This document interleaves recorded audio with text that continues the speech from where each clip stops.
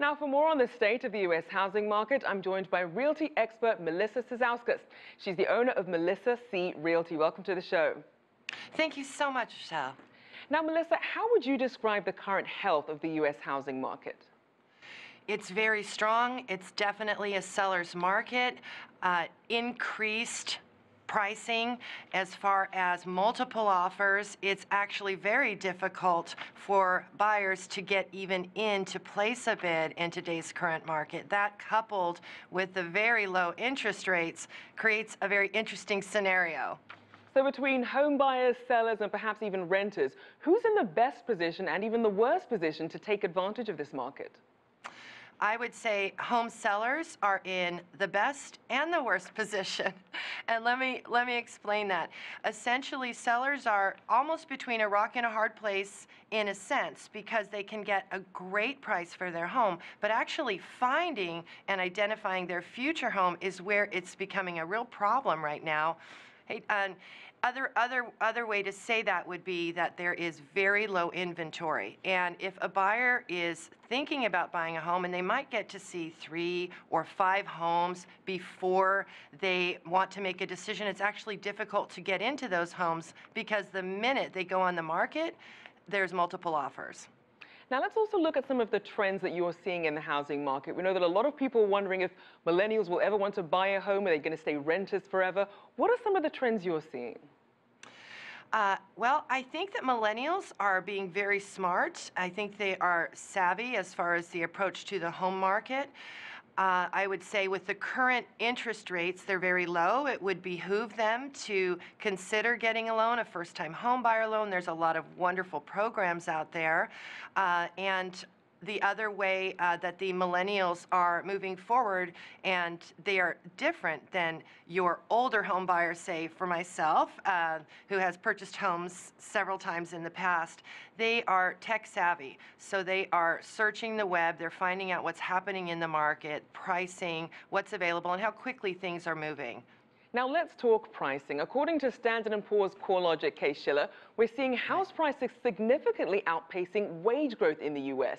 What's that doing to the housing market? It's the question. I would say that this poses the question: are we in a bubble? I have had myself, my own clients, where we've presented offers and we are in multiple offer situations. So the offers come in well over asking. The other buyers may be waiving appraisal, and then even in a case that I recently had, give a 6-month free rent back. So what it's doing, it's driving the prices of the homes way up, and therefore that last home that went into contract and sold drives the market up. So we are looking at increased home prices. Now, do you think that would either encourage or perhaps deter some foreign buyers who might be interested in buying homes in the U.S.? Interesting. I would been up against, if you will, other buyers and their offers, and they are cash foreign buyers.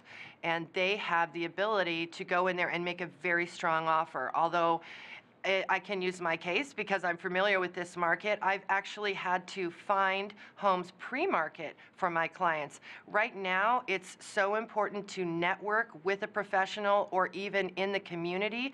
I've found several homes in the area that I work actually they close before they even go on the market. Buyers are getting very savvy. They're actually door knocking themselves in some cases, and homes close before they make it to the multiple listing service. Now let's also look at some of the most expensive markets in the U.S. It seems that California is really leading the way. You have San Jose, San Francisco. Any chance that anyone else is going to lead the pack other than these two cities? Yes. Well, New York, of course, is right up there. We've got Portland, you've got Dallas. There are other parts of the country that have shown exponential growth overall. And in the United States, we've reached a surge in the last 3 years, the highest amount of home sales percentage-wise. And of course, you have your tech cities. The tech cities such as San Jose, who are actually taking companies such as Google and then having new branches at other parts of the country. And I think that is also driving the home prices up because they have the salaries and they can afford it. So it's very interesting, the market that we're in right now. Indeed. Thank you so much. You've been great. Melissa Cizauskas, owner of Melissa C Realty.